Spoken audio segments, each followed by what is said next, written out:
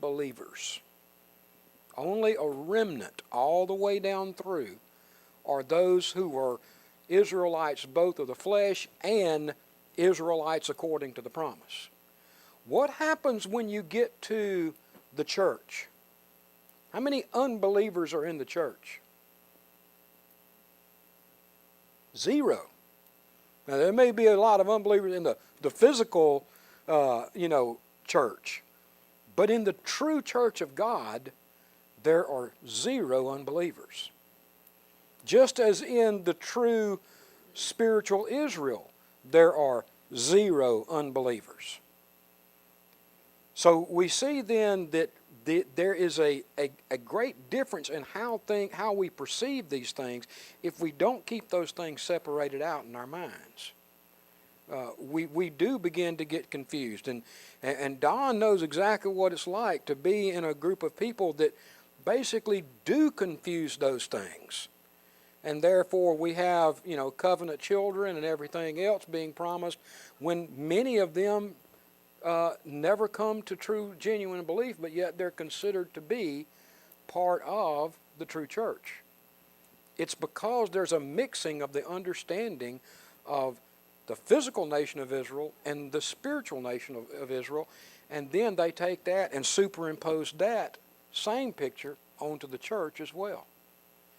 So we see in this passage in Ezekiel that there is a very clear understanding that there is going to be a dramatic change brought about on the people that this passage is referring to. They're going to be given new hearts. They're going to be given new spirits. The Spirit is going to be poured out on them. And he even says they will be caused to walk in his statutes and obey his voice. Whoever these people are referred to in Ezekiel, they are going to be a completely different kind of people. And by the way, if you go back and read this passage, even in the opening of this passage, where he talks about sprinkling clean water, and you'll be clean, there again, there's some of that marriage wording pictured right there in the opening of this. And if you go back and read it in context, you'll see the context of this very much has that picture of a husband redeeming for himself his wife, his bride. So this understanding that this person or these people are going to be separated out from the rest of the unbelieving world, and they're going to be radically different. We see this pictured as well when we come over to Joel chapter 2. And notice how Joel puts it. He says in Joel 2:26, "And my people shall never again be put to shame. You shall know that I am in the midst of Israel, and that I am the Lord your God, and there is no one else. And my people shall never again be put to shame." And of course we know this expanded passage of Joel talks about it's leading up to that passage that's quoted once again in the book of Acts. And what do we see? We see it's all about the pouring out of the Spirit of God. That's the key ingredient, so to speak, in this work that God is doing. He says, my people will never again be put to shame. And notice how he brackets the central focus of that passage with these two phrases. My people will never again be put to shame. He says, my people will never again be put to shame. You will know that I am in the midst of Israel, and that I, the Lord your God, am the Lord your God, and there is no one else. What's going to be the key ingredient? God is going to be in the midst of his people. Now, keep that in mind as we think about this whole issue of the temple. How does that all tie together? Where does God dwell? Dwells in his temple. When we get over into the New Testament, the New Covenant, how do we see the people of God pictured? The temple, where God dwells. God is going to be in the midst of his people. And everyone will know that he is the Lord, that he is God. And What do we see immediately following that in Joel? They will not be put to shame. Now again, that whole imagery of not being put to shame, what's that all talking about? Randy was all over that this morning. That understanding of being naked, being exposed. The understanding of the kinsman redeemer, spreading his cloak over them, hiding their nakedness. They won't be put to shame anymore. The people of God will not be exposed before the world. And think about it, people, in what he promises in the new covenant. He promises to forgive their sin, to no longer hold their sin to their account. Think of this for just a moment. Think of what it means to no longer have your sin held against your account. You know, the whole issue of shame began right there in the book of Genesis, and it began when? When man sinned.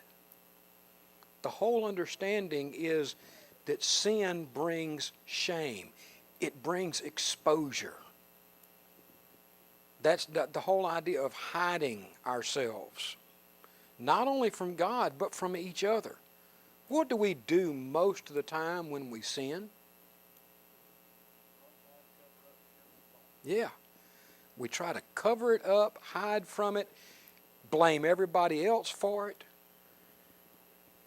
Yeah, that was an expression that was taught to me by a man up in South Carolina. He used to say it all the time, you know. But that's what we do when we sin.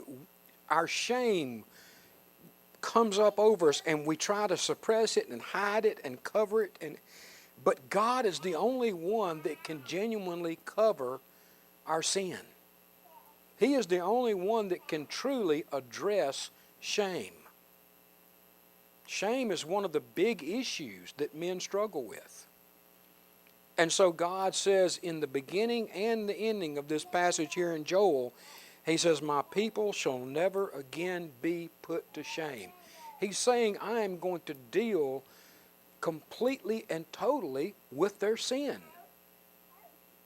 It's all about the issue of dealing with sin.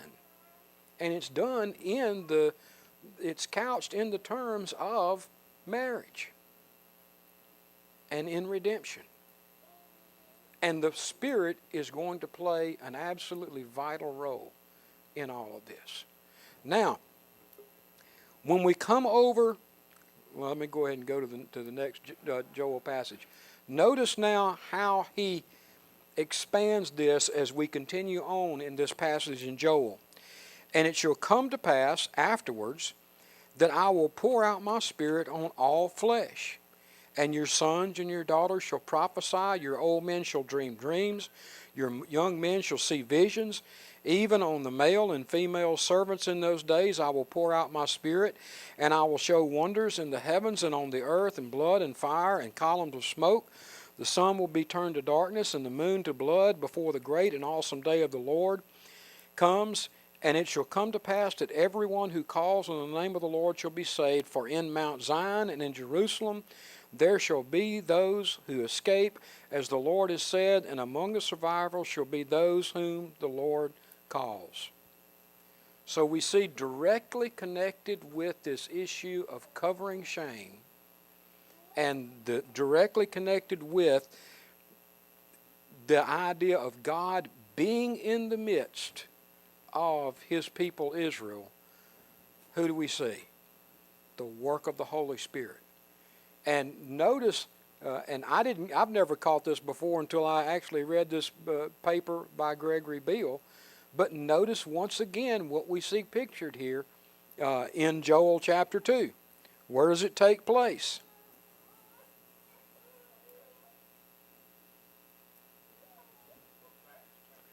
Okay, I know, but where do we see this physically taking place? What's the surroundings that's pictured here? A mountain. Once again, it's pictured in the terminology of